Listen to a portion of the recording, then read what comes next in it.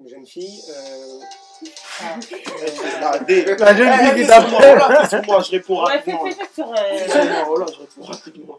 Oh, mais je suis là.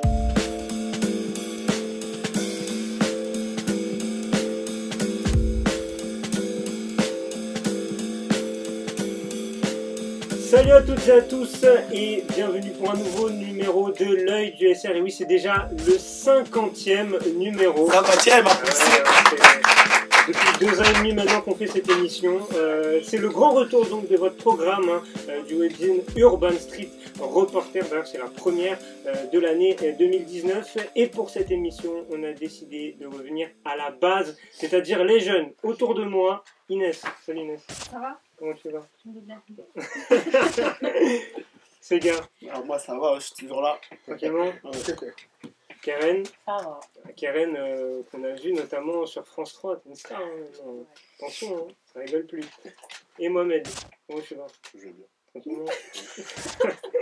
Aujourd'hui, on avait décidé de parler avec l'équipe d'Urban Street Reporter du harcèlement sexuel parce que oui, malheureusement, c'est un thème qui fait l'actualité, c'est un thème aussi qui touche la jeunesse. On se souvient malheureusement de l'histoire d'Aïcha, notamment à Astin en 2015, qui s'était malheureusement jetée par la fenêtre après la diffusion de photos intimes d'elle. Donc voilà, on avait vraiment envie d'en parler aujourd'hui autour de la table avec des jeunes parce que ce sont eux les premiers concernés par ce fléau. Est-ce que déjà vous avez une petite idée de la différence entre ces deux notions, Karen?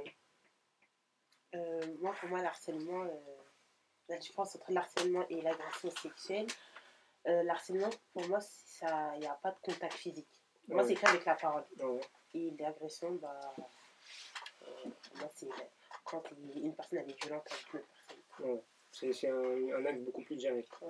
Est-ce que, autour de la table, vous avez été victime indirecte ou directe d'agression ou d'harcèlement sexuel? Personnellement maintenant j'entends beaucoup parler de ça, mais je suis pas témoin. Auparavant au collège il y a eu quelques rumeurs etc. et j'ai été convoqué pour ça. Soi-disant j'ai fait partie des harceleurs. Des commoditeurs. Moi aussi, quand j'étais au collège, les garçons de ma classe, ils aimaient bien toucher nos fesses et tout. C'était pas drôle, mais voilà. Est-ce que ces personnes-là, est-ce qu'ils ont eu des problèmes derrière par rapport à ça ou c'était considéré comme on ne sait normal? pas rapporter. Ouais. Et pour quelle raison? C'était tabou? Fallait pas en Non, parler? c'est pas qu'il fallait pas en parler, on n'avait pas le choix, ils allaient nous taper après. Ouais. Donc, on faisait avec. Ouais, Moi aussi, quand j'étais au collège, j'ai vu des trucs comme ça. Hein. ouais. Enfin, ça, c'était très, très courant avant. Mais... Même au lycée, maintenant, je vois ça. Je vois, il y a des faits qui sont carrément frappés. Comment vous avez réagi, toi, Mohamed, quand tu as vu cette jeune fille se faire agresser de la sorte? Comment toi, tu l'as ressenti? Au début, je rigolais. Ouais. Après, quand j'ai vu ça devenait grave, elle commençait à s'isoler toute seule, à pleurer dans son coin, des trucs comme ça, je me suis dit, il faut que ça s'arrête. Ouais. T'as pu communiquer avec elle ou... Non, rien. Selon vous, pourquoi justement il y a ce tabou-là? Pourquoi aujourd'hui, alors on va se recentrer sur l'agression sexuelle, mais pourquoi il y a tant de tabous? Pourquoi on n'en parle pas selon vous? Parce que moi tout simplement je pense que les personnes concernées ils ont peur d'en parler. Ils veulent pas être affichés, je pense. Alors on va évoquer un autre thème aussi qui est important et qui vous touche directement, les jeunes, c'est le harcèlement sexuel mais sur les réseaux sociaux, le cyberharcèlement. Parce que voilà, aujourd'hui à une époque où voilà, on voit beaucoup de photos, de vidéos. Pareil, qu'est-ce que vous en pensez? Qu'est-ce que vous pensez du fait des jeunes qui s'envoient des photos assez intimes? Qu'est-ce que vous en pensez? Vous trouvez ça normal? En toute sincérité, hein, vraiment. Est-ce que vous trouvez ça normal ou comment vous vivez ça? Si les deux personnes elles sont consentantes, c'est normal. Ouais. Après, si elle est forcée ou il est forcé, c'est pas grave. Moi, je pense que les personnes qui envoient ce genre de photos, ils savent très bien ce qui peut arriver après, mais ils sont, je sais pas, ils veulent quand même envoyer, mais tout le monde sait ce qui peut se passer. Non, ce qui dit, ça va pas m'arriver à moi. On fait confiance à la personne à qui on envoie la photo. On peut pas se dire que la personne elle va faire tourner la photo. des fois. Il y a Pas des filles, elles n'ont forcément. pas la même Non. mentalité. Ouais, Hein. des fois. Il y en a, c'est peut-être pour toi, maintenant, c'est devenu normal, mais il y a des filles, elles n'ont pas la même mentalité. Eux, elles veulent, tout ce qu'elles voient à la télé, c'est ça, elles veulent reproduire. Il y avait aussi un autre phénomène que j'avais envie de parler avec vous, c'est le revenge porn. Alors on reste voilà, dans l'envoi de nude, mais voilà, vous en pensez quoi de ce comportement-là et des conséquences que ça peut avoir mentalement pour la jeune fille notamment. J'avoue Je que ne sais pas si. ça peut détruire une vie. Hein. Franchement, ça peut détruire une vie parce que. Il y a des gens qui se suicident, etc. Ah ouais. à cause de ça. Les gens, ils n'ont pas la même mentalité. Il y a des filles, elles s'envoient des nudes entre elles comme ça, à leurs copines pour rigoler, etc. Mais le jour où elles ne se parlent plus, elle va commencer à partager les vidéos, les photos, etc. Et ça c'est un truc. Et il y a aussi des filles qui gardent seulement les photos dans leur téléphone, etc. Aujourd'hui, il y a quelqu'un qui prend son téléphone, il peut partager, etc. Et ça, c'est... Elles n'ont pas voulu, hein, mais après, moi je pense qu'il faut pas garder ce genre de trucs dans son téléphone. Il y avait un thème que j'avais envie d'aborder avec vous aussi autour de la table, c'est le thème du consentement. C'est quand même un thème important quand on parle d'agression sexuelle. Voilà, un cas classique, un homme, une femme voilà, qui sont ensemble, qui jouent ensemble, mais derrière, l'homme qui franchit la limite qu'il ne faut pas, et derrière, ça part rapidement en agression. Alors, vous, qu'est-ce que vous en pensez autour de la table? Quelles limites, quelles sont les limites pour vous et jusqu'où on peut parler d'agression sexuelle? Pour moi, on peut parler d'agression sexuelle lorsque la fille, la femme, à un moment, elle en peut plus, du coup, elle dit non et que l'homme, il veut toujours. Et du coup, il la force, etc. Là, pour moi, c'est une agression, ça. Non, pour moi, c'est même quand la fille elle n'a pas dit non. Hein. Par exemple, il y a des filles qui vont pas vouloir, mais qui vont pas oser dire non. Mais bah, pour moi, c'est. Tant que la fille elle n'a pas dit oui, pour moi, c'est pas. La femme, elle n'est pas consentante.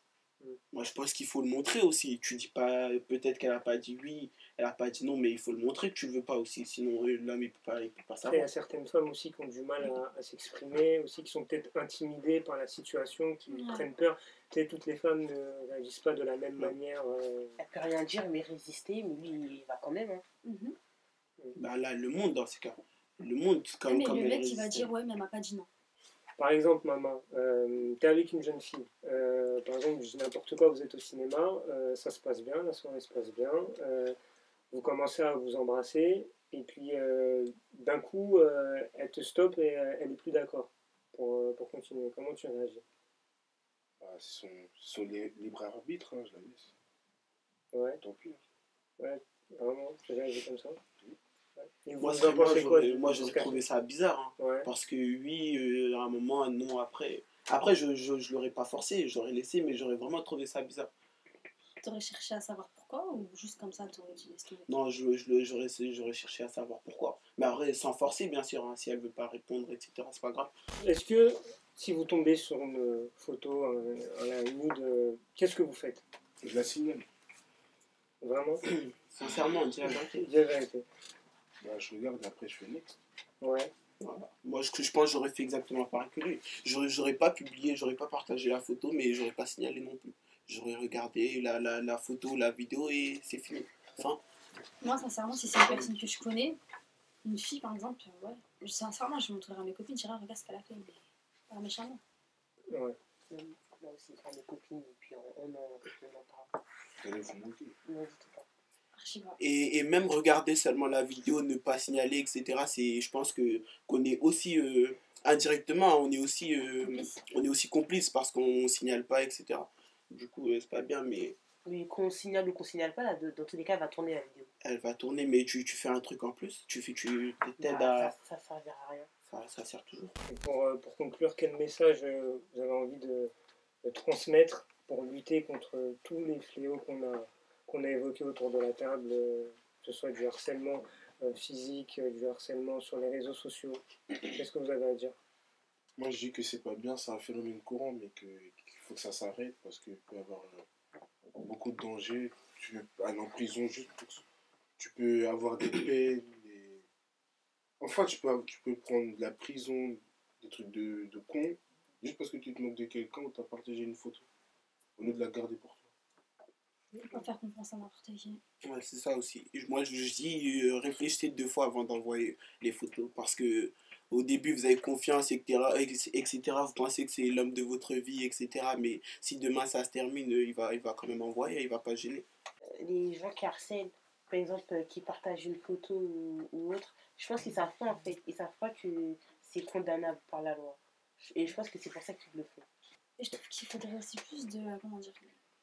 Comment on dit, même quand on va dans les collèges, dans Sensibiliser les lycées. les Voilà, lycéens. la sensibilisation. Quoi La sensibilisation. La sensibilisation dans les lycées, dans les collèges.